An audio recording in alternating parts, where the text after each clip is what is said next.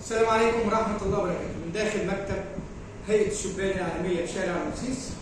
معنا اليوم في ملتقى الفن والثقافة والإبداع للدكتورة أمل سندس والشاعر الكبير الأستاذ عبد الله المبادي. لنا لقاء مع رئيس الأكاديمية المصرية الكندية الأستاذ الدكتور طاهر الراوي. أهلا وسهلا بحضرتك بقى. اهلا وسهلا بحضرتك. اهلا وسهلا. أولا بنتشرف بوجود حضرتك معانا النهارده في الملتقى.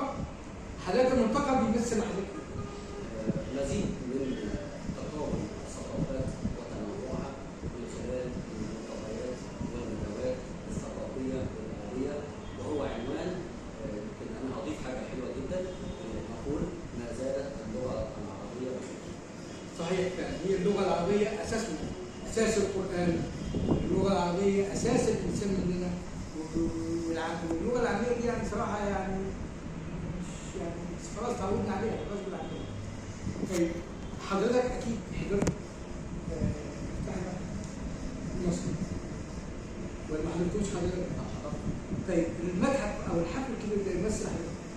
والله احنا حضرنا متحف من خلال غرفه العمليات التابعه لهذا الحدث الكبير جدا. اللي انا عايز اضيفه اقول نبدا الكلام.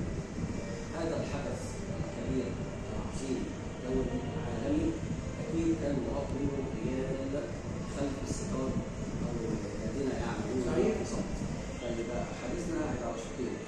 تحيه لكل من ساهم في اعداد وتنفيذ هذا الحفل العالمي الكبير جدا الذي نال رضا غالب جميع شعوب العالم قبل قادتها.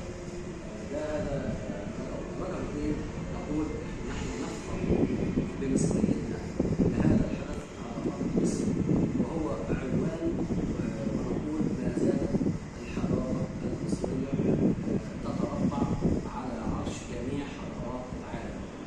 هذا ما اقوله. ورقم ثلاثه اقول ان العالم كله شاهد بأم عينه كما نقول، شاهد هذا الانجاز الكبير جدا، ويعلم ان المصريين لا تستطيع اي قوه على وجه الارض ان تنال منها، والتاريخ يصف ذلك.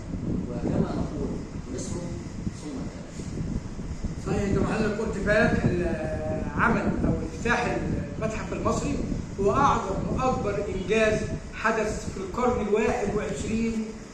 احفادنا هم عملوا انجازات اجدادنا. شكرا جزيلا لكل من ساهم في هذا العمل الكبير.